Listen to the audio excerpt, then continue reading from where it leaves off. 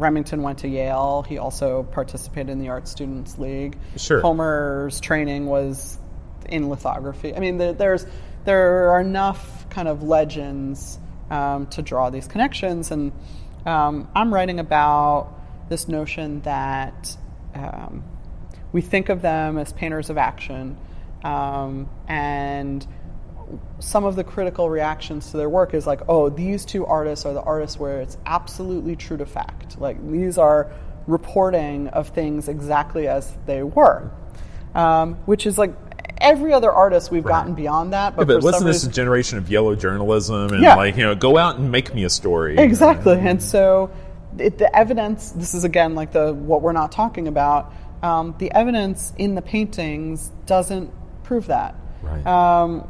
When you look at our painting, The Fall of the Cowboy, it's talked about like, oh my God, it is absolutely, completely faithful to the experience of the end of the range and down to the horse tack. That's like, and I've had to learn these terms because, again, I'm a super Yankee. So like, the bridle, the bit, that everything is like, you could walk into the painting and ride the horse. No. I mean, you look at this painting, which is ostensibly about the fact that the fence and barbed wire was the closing of the range, and supposed to be absolutely fully detailed so that it's true to life. And the fence is just a suggestion. It's one brushstroke that's kind of interrupted. It's wobbly. Right. You think you're seeing it, but you're not really seeing it. The reins on the horse, they appear, they disappear. It's not really that important. Right. And it makes me appreciate Remington even more. And it's the same is true of Homer, which is that they're masters at making you think that you're seeing reality. Right. By suggesting it. So it's what's really true and factual about it is the sensation that you're there, but not in the precise delineation of details. So I'm writing about paintings in which there are moments of quietude. They're both snowy. The two main paintings I'm talking about are both snowy scenes. They're about mood and sensation more than they're about reporting. Right. So when you say you're writing, is that writing it for a catalog to a company, or is that So do you aspire to something with far more a lot more thickness? So we so this is a commonly held knowledge in the museum world. It takes about 3+ years for an exhibition to come to fruition. Right. So right now we're working on exhibitions that'll happen in 2020. And so yes, there will be an exhibition here in 2020 on the topic of Homer and Remington, and we're working now on the book. So multiple authors, and including a technical study by our conservator that we share with the Kimball, Claire Barry. Sure. So, I think it'll be really illuminating. Right. And those people who come to the topic through Homer will learn a lot about Remington that they didn't know. Right. And those people who come through Remington will understand Homer better. Right. So I think that's... So my impression is that Homer, like the watercolors of Homer's, far outnumber the oils. Is that about right? He was not a fast oil painter. Remington was incredibly prolific, but Homer only did a couple of oil paintings a year. Right. He could do a lot of watercolors, and they were more easily marketed. So again, he is someone. This is another commonality. They were very attuned to what would sell. If Homer got a bad review, he would completely change a painting to suit the market. And very sophisticated, both of them very sophisticated businessmen. And there are a lot of watercolors because they were, the dealers had success at selling them. Sure. He was also really good at it, and he revolutionized watercolor technique. And this is another commonality of the two artists, is that Remington, both of them are experimenting in another medium that ultimately becomes their great contribution to the history of art, but is maybe thought of in a secondary way to their careers as painters. So Remington revolutionizes bronze sculpture. Right. But it's something that he comes to after he's a painter, after he has a career as an illustrator, and so it's pretty innovative. I mean, that's kind of rare to pick up another medium. So Homer picks up watercolor.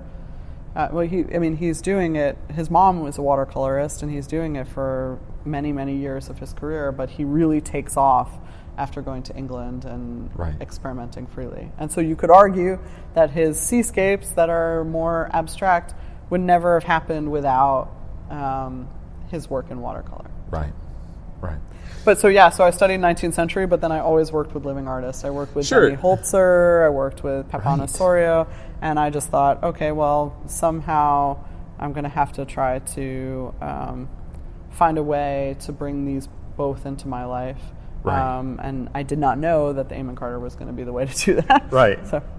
And so you wind up coming to Fort Worth to work at Amon Carter in, was it 2013? Yes. And that originally that position was assistant curator? Assistant curator, yep. And so, so what was day-to-day like when you got here? Really fascinating enterprise. Again, a historic strength of the collection is Amon Carter's original collection of Russell and Remington.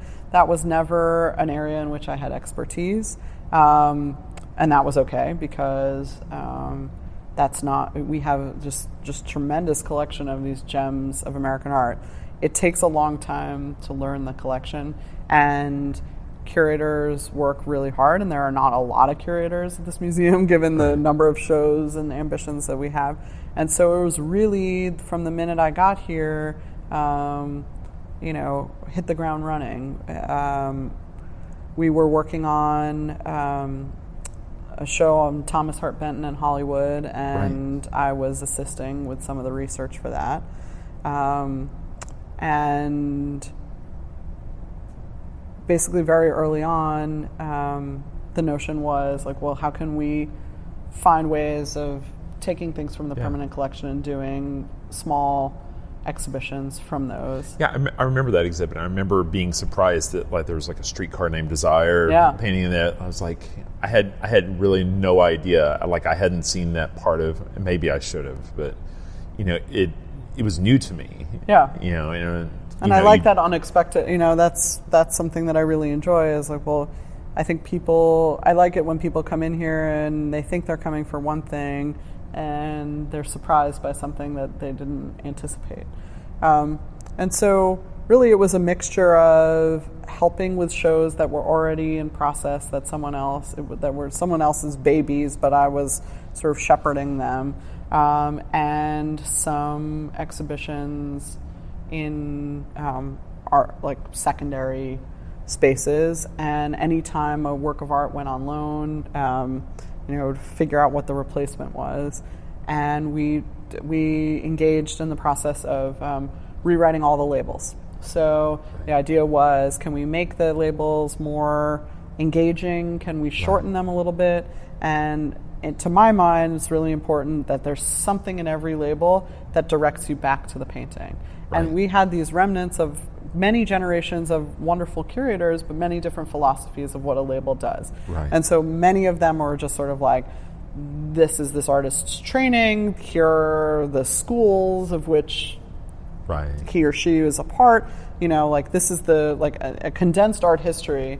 And my notion was okay, but what's more interesting is take a look at that red bonnet, and here's an element in the painting that's sort of piques my interest. Right.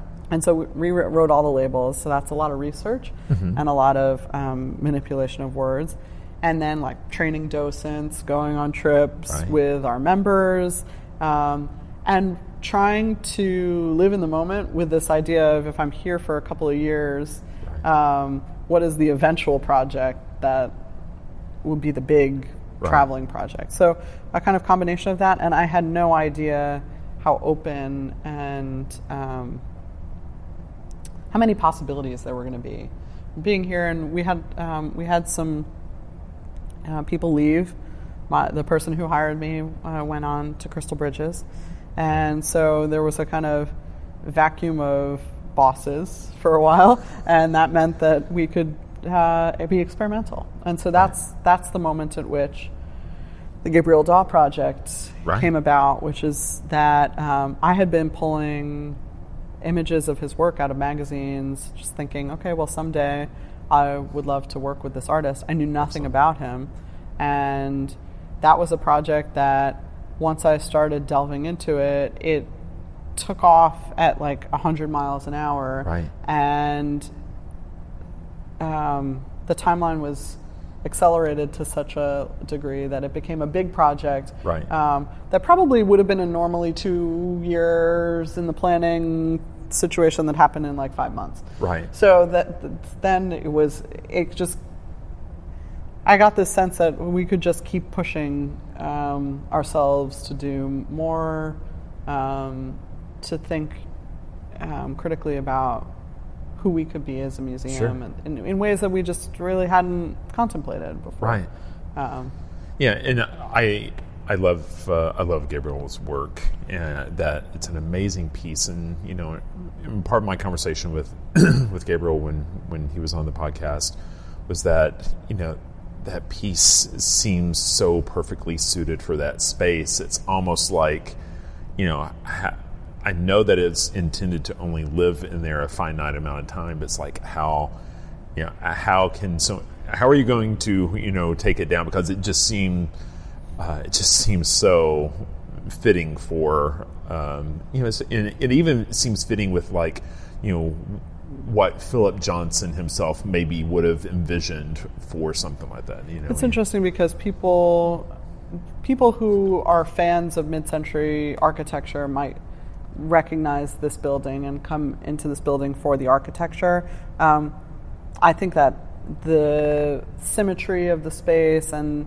the very deliberate way that Johnson designed this building is lost to most of our visitors. And one of the things that Plexus 34 does is draw attention to the space in a way. Like, I didn't pay attention. I didn't know we had these striped lunette windows above, but you start to look at it's really a conversation between Gabriel and Philip Johnson in a beautiful way. And his works are site-specific. So it fits the space because from its birth, that's what it was intended for that space. We have no idea what the future would hold in terms of like what could be that Gabriel Dawe's work wasn't even a figment of anybody's imagination 3 years ago or 2 years ago. So we have no idea what we could do in that space that would be every bit as transformative and evocative. That being said, everybody loves this work, and it's a marvelous addition to our space. But my impression is when he was pretty happy for his time at the top of that bucket lift to be. It was terrifying. I went up in the lift, and it swayed a lot, and the bucket moves back and forth, front to back. I was terrified to even lift. I'm not afraid of heights. I was terrified even to lift my phone to take a picture. So I cannot even imagine wielding an extension pole, turning back toward the wall. It's 44 feet up in the air at least, and creating an artwork, let alone counting. Also, his notion is that the string doesn't tangle at all. Well, it doesn't for him, but the minute I picked up a piece of string, it was in 700 knots. Oh my gosh. So it's astonishing what he accomplishes. I mean, he's very modest. He sat for 20 minutes doing the algorithm or the mathematics that would result in the pattern that he wanted, and made his chart in his notebook. And I said, "Wow, you are really a genius." And he said, "No, it's just simple math." And I said, "It's simple math for you. It's not usual. It's not conventional." This is, and I, earlier on I said, "Well, there's nothing about artists that can't be achieved by like hard work and diligence." I maybe have to amend that when I in the case of many artists,